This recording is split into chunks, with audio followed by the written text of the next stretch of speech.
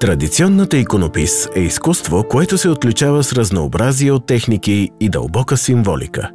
Изработката на икони не е импровизация, а следва строго установени канони и правила, описани в подробни наръчници, известни като еремении.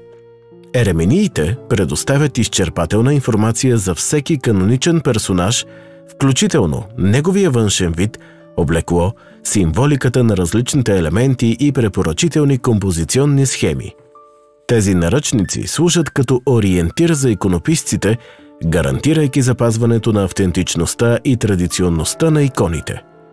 Процесът на изработка на икона е строго подреден и носи в себе си дълбок символичен смисъл. Всяка завършена икона е не само произведение на изкуството, но и носител на духовна сила и дълбок символизъм.